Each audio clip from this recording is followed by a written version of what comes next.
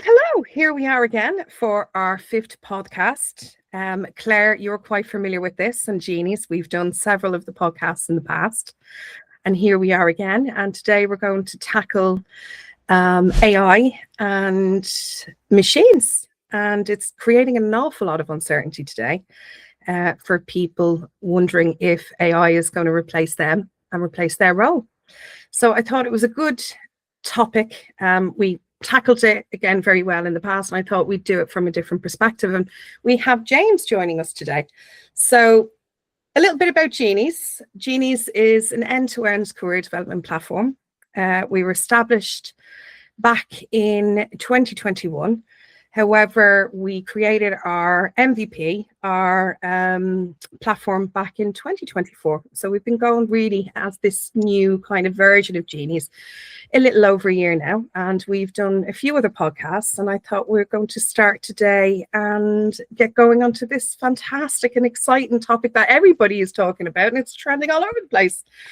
So without further ado, let me introduce you to Claire. And then we'll have an introduction from James. Over to you, Claire. Hi, I'm Clare Belmont. I'm a holistic mindset coach. I have a corporate leadership background in London investment banking, but I've been out of that game now for 12 years. And that's why I became much more of a holistic coach. I work very closely with AI and with Genies. And so I'm very much in that space of I'm a holistic coach that focuses on health and wellness, your health, your happiness as the heart of your career and how you move forward. And then how do we integrate AI and all the ethics and all the juicy stuff that goes around that? That's a hot topic for me right now. Thank you very, very much, Claire. Over to you, James. Hi, everyone. And Orla, thank you so much for having me.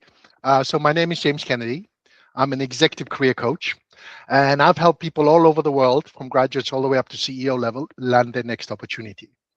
And I love AI as well. And what I would say is my specialty with AI now is helping people condense decades of experience into the first 7 seconds to make it easy for the hiring manager to see their value and be more interested in wanting to see more. Absolutely. So that's why I'm here. And thank you for having me. Wonderful. So let's dive in with the questions then. So I've got some prepared from my lovely marketing team, and thought these would add some value to what we're discussing today. So Claire, from your experience with professionals, what fears do you see people have about AI and their job security? Yeah, so many. So, I mean, it's developing fast. And what I'm personally seeing with my clients is that FOMO, like the fear of missing out, like it's moving so fast, I can't keep up with it. I need to keep up with it. I need to get another app. I need to get another shiny tool. I need to use this one now because they're using that one.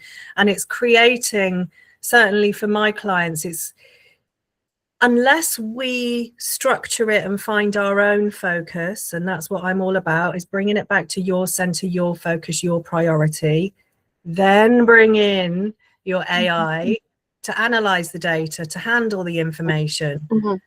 You still need to be at your own center so that you can input to receive the output, right? So what I'm seeing is a lot of distraction. It's basically magnifying what my clients go through anyway, which is overwhelm, distraction, too many shiny things, comparison to other people, wanting to get it for myself.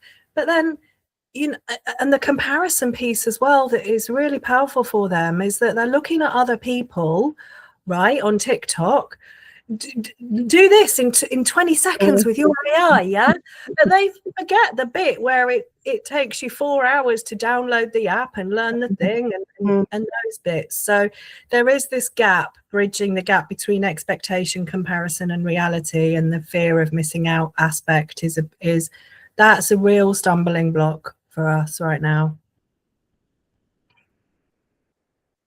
And James, what's your perspective on this? Yeah, just obviously carrying on, adding on to what Claire said. I think from my perspective, working with my clients, there is the fear of missing out, but also at the same time, it's the overwhelm of so much information, and every day there's a new app and something else coming in as well that you have to learn.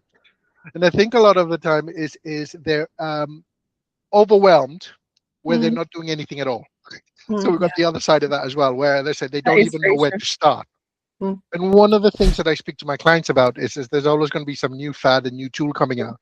But Mm. first thing that we need to do is, what do you want, right? And Mm. get clarity of where you're going. Absolutely, yeah. And then when you understand where you're going and what it is you want to do next, then we look for the tools to help us on the journey. Right? One of the things I tell to all my clients is that AI is taking over the world, right? Your job as it is now is not going to be the same job 5 years from now. So it's about understanding what you want to do first. And then, okay, so how's AI impacting this type of work, for example, in the future? And that's the question. Mm. Then from there, you build it out. But it's about you first, Mm. and then building on to that. Great. No, that's really good. That's really good. I mean, from both of your perspectives, how do you think, how important is self-awareness and emotional intelligence in career decisions and adaptability? Everything. Everything. Everything. because it's not like, so AI for me is the one that handles the data, handles the information, and then we are the ones that handle the human. And so that level of emotional intelligence, that's absolutely huge, because you can read the room, you can influence others through your own awareness and your intelligence, and the decision making and the soft skills and the communication and the influence and the intuition and all of this good stuff that only we of flesh and bone know how to develop. Very, very important that we develop that self-awareness and not hand it over. This is the piece that I'm super passionate about. Your career is never going to hinge on a clean, tidy, generic cover letter. It's going to hinge on your decision making, how you influence. It is about emotional intelligence, this being self-aware, knowing what I want, and then, as you say, James, then bring the tool in to magnify that, to analyze the data, to do the quick stuff, to be our efficiency tool and companion. But it's a partnership. Like AI, for me, AI isn't taking my job. AI has become my partner with the data. Thanks for that, AI, because I don't want to do it. But it's that, isn't it? It's having that partnership for me. Yeah. Oh, that's really, really good. That's really good. So let's focus on practical steps then for our listeners. James, many listeners want to make their resumes and CVs and personal brand stand out. What are the 2-3 actionable tips for getting noticed by recruiters quickly, would you say? So for me, just very quickly, it's not about you. So I tell my clients all the time, it's not about you, and hiring managers don't care about you. You're just another page in the thousands of CVs and resumes that they have to look through. So one of the things I talked about, you need to understand what the hiring manager's pain points are. A job description to me is a list of problems. When you understand their problems, then you can reverse engineer the process and show them how you've solved similar problems in the past. A lot of the time people want me to look at their CV, and it's like, your CV doesn't matter if I don't understand the context. Everything is about context. So if we don't understand what they want, how can you give them what they need? Yes. And I would say, tailor your message every single time. It's a marketing document. There's so many different companies. There's so much competition. You need to be able to know your value, know your worth, and be able to tailor your message to whatever it is the hiring manager is looking for. Yeah, that's great. That's really, really good. I mean, how can they use AI then, do you think, to help them stand out against some of their competitors? So what I do with my clients is basically I get the job description, and I deal with a lot of clients that I have very technical roles. I don't know anything about, right? So for me, AI is the great leveler, because I copy and paste the job description into AI, and I use the prompt, review the job description, highlight the key points, and rank the keywords. Yeah. So it translates it to a language I can understand, because I'm not the expert, my clients are. But AI for me is a great leveler. You can say, translate the CV so that a 14-year-old can understand it. Right? Because there's a lot of technical knowledge in there. And then off the back of that, okay, so the problems are this is what you need to be doing. Then I speak to my clients and say, in the first 7 seconds, I need to see how your experience matches what they want. Because I tell people all the time, people are lazy and time is very, very critical. There's never enough of it. So you need to give them what they need as quickly as possible, rather than the hiring manager, the recruiter, having to read between the lines to figure out Absolutely. how this is what they want and how do you match. Because if they have to work and they have to deal with 100 other files at the same time, you got few seconds to make that impression. Mm. Yeah, no, that makes sense. I mean, do you have anything to add on that one, Claire, before we move on? I mean, just in terms of how to use AI, I'm very particular, as you know, about not replacing that kind of decision-making muscle. Like that's the kind of thing that we need to make the effort ourselves. Like it's effort reward. And if we as humans make the effort, then we're getting those the dopamine from the effort. That's that whole longer story. So for me, it's about like clarifying, how do we use AI to analyze the data, like you say, put in the job descriptions and make it tell me in a human way what this means, please. Identifying, also I use it a lot for kind of market analysis, like hunting people out, those kinds of things. It's really good for that, and building structured plans, roadmaps. ChatGPT loves a good roadmap, doesn't it? And it's brilliant for that. So I think just to again be very clear on how the person, how they can adapt to these tools to move forward, them, you know, by structuring it and using it as structural analysis rather than that emotional intelligence piece again, so that we are still making the effort.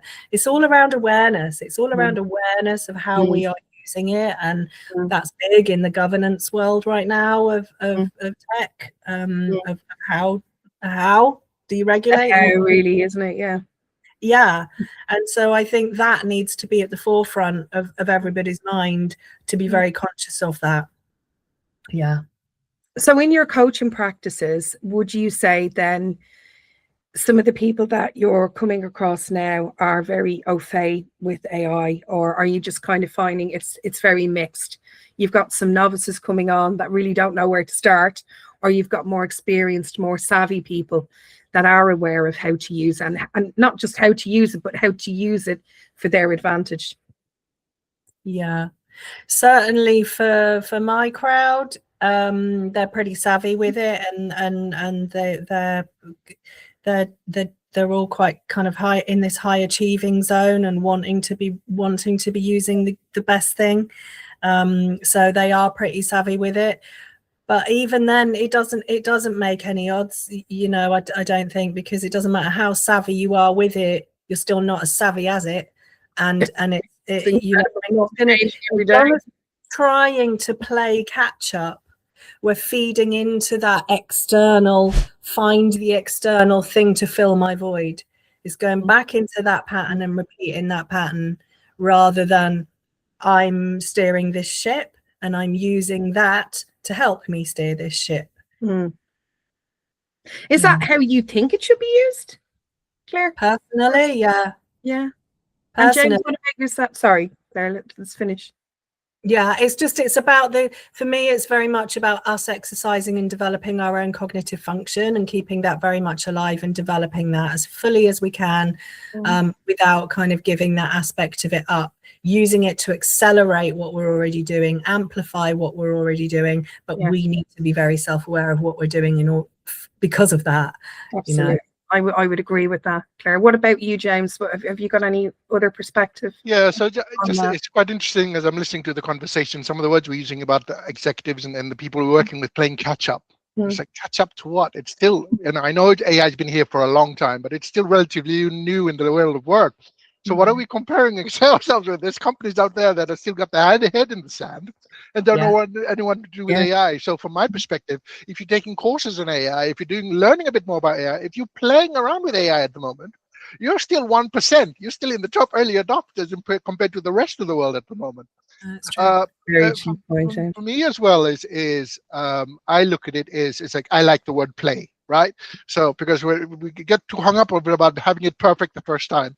The only way we're going to learn is when we make mistakes. So the more mistakes we make, play with it. I mean, that's what I do with my clients, just to say every day I'm learning so much more about AI, and I'm learning from other people as well, because I want to do things quick and fast. So I follow a lot of AI people out there saying, what are they doing? Okay, how do I take that?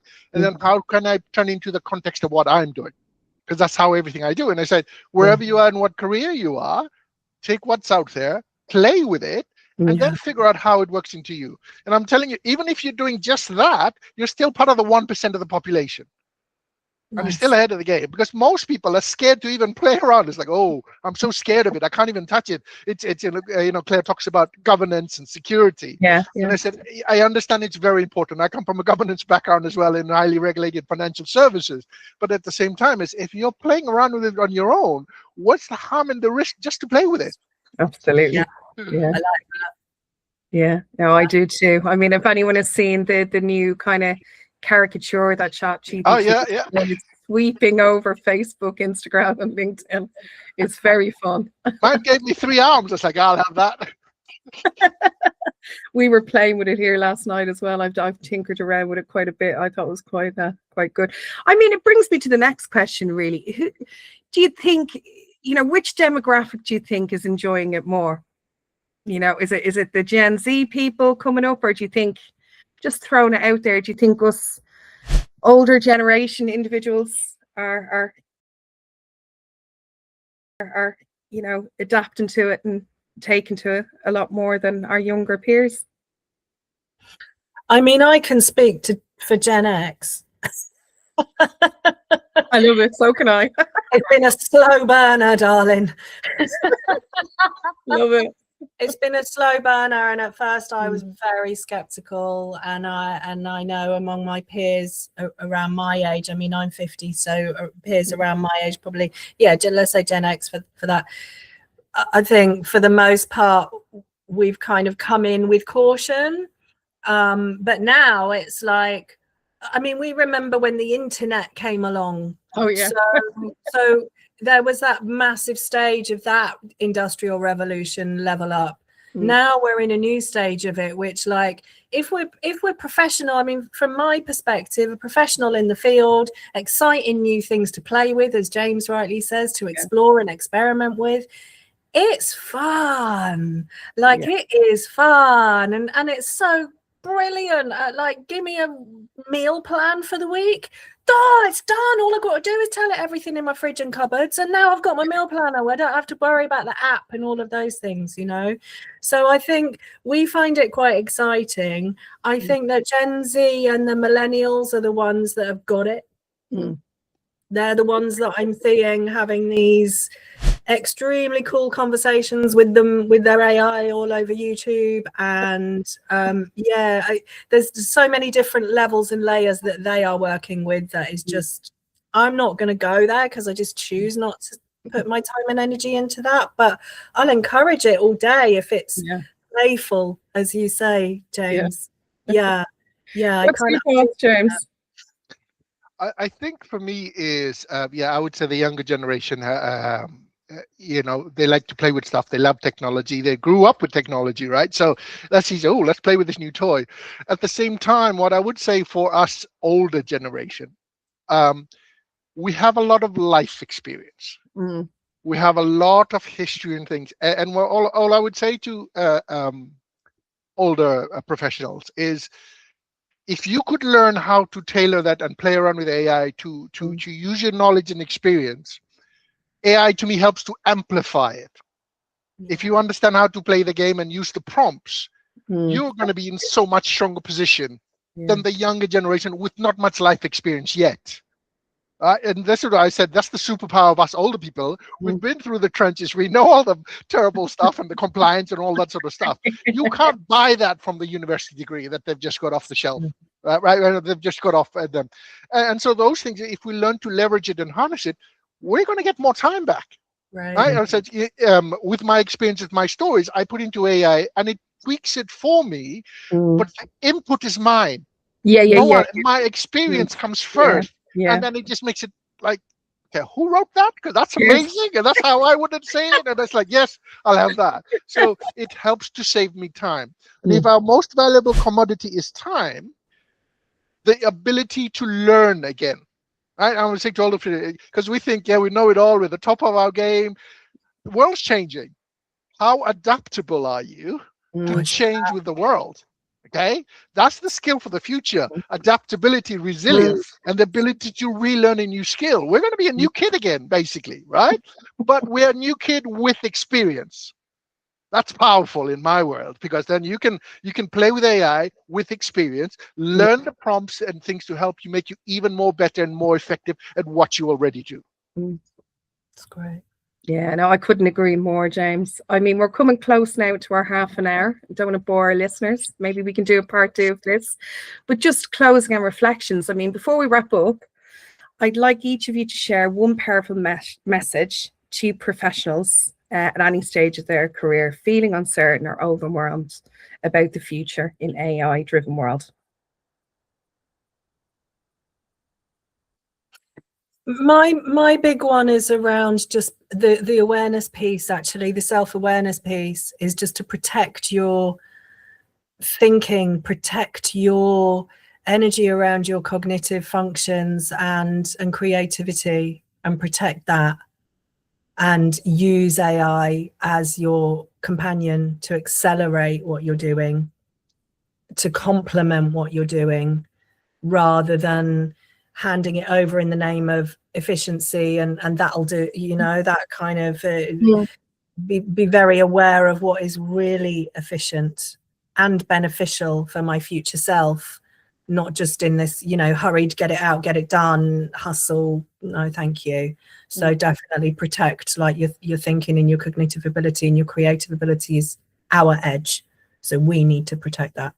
Yeah. No, that's a really, really, really good point.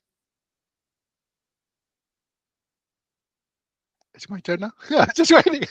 Right. So, from my perspective, from my own personal experience, what I would tell people is you need to understand what it is you want out of life, right? Clear clarity of where you want to go, and then figure out the tools, the resources, the people you need to have around you to help you get there quicker. And the other thing I would add to that as well is that you need to understand and know the value of your worth, the impact of your worth, and the impact to the bottom line as well, because that's what hiring managers and companies are interested in. What's your impact to the bottom line? How are you helping a company make money, save money, or avoid paying money out by being regulatory compliant?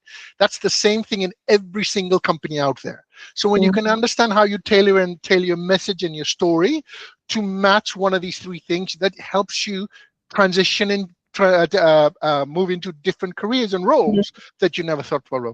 Me personally, I've gone into 9 different careers. I could never have done that if I couldn't tailor my message for different opportunities in different careers. And that's all I wanted to say. Thank you. Yeah, no, thank you both. Listen, this has been an incredible podcast today. I hope our listeners will enjoy it. And if they want a part 2, it'd be great to bring you guys back again. And for our listeners, if you are, you know, on that journey of career change, please check out Genies Career Hub's platform, and also check out Claire and James on LinkedIn. Thank you very, very much. It's been a pleasure to chat to you today. Thank you all. Thank you for having us. Thank you, Claire. Have a lovely day. Bye for now.